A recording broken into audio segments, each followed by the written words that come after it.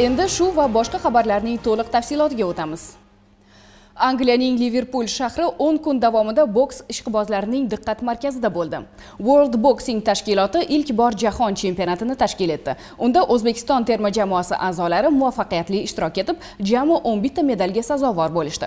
Hamyurtlarimizning qalbini faxr iftixorga to'ldirgan charm qo'lqop ustalarimiz bugun mamlakatimizga qaytib keldilar. Dastlab shu haqda 4-14 sentyabr kunlari Angliyaning Liverpool shahri boks bo'yicha jahon chempionatiga mezbonlik qildi. O'zbekiston terma jamoasi musobaqani 2-o'rinda yakunlab yurtimizga qaytib keldi.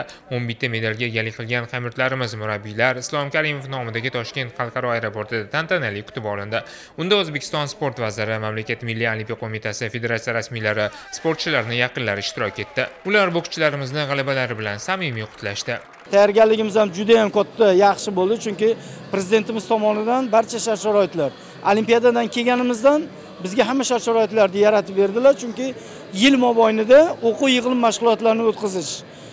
Shuni biz davom ettirmoqdamiz, chunki 1-chi, 2-chi, 3-chi, 4-chi raqamli sportchilarimiz bilan birgalikda, chunki boshqa sportchilarimiz bir musobaqaga yo bir yig'inga ketadigan bo'lsa, uni o'rnini albatta boshqalar egallab mashg'ulotlar olib bormoqdamiz. Chunki oldimizda Los Angeles turibdi. Los Angelesga juda ham qattiq tayyorgarlik ko'rishimiz kerak. Mana qizlarimiz ham juda ham katta natijalarga erishdi. Shunday kuchli sportchilarni yutishdi.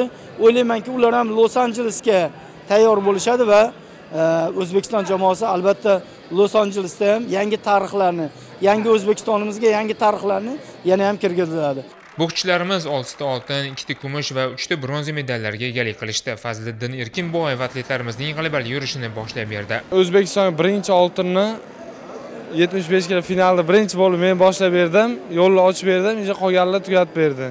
Biz yoshlardan o'tib endi kattalarga o'tganimizga bizga bu juda ham katta kuch berdi. Bu jahon chempionati. Endi bu bilan to'xtab qolmaymiz. Oldimizda turgan olimpiada o'yinlarda xudo xohlasa yaxshi natijalarni qilishga harakat qilamiz. Yoshlardan Javohir Umataliyev murabbiylar ishonchini oqladi. Hamma davlatda o'zini kuchli bokschilari keladi. U yoqda kuchsiz raqib bo'lmaydi.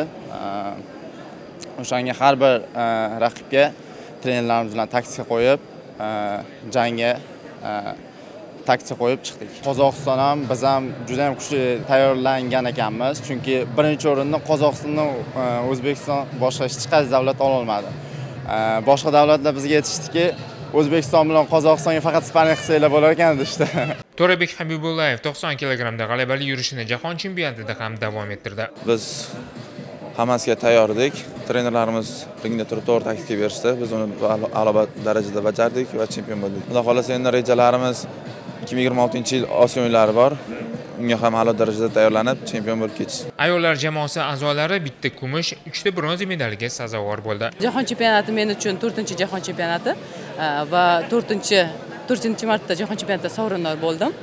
Bu kumush medal. Bundan ancha ko'p o'tmasdan oldin oltin medalni qo'lga kiritib keldim.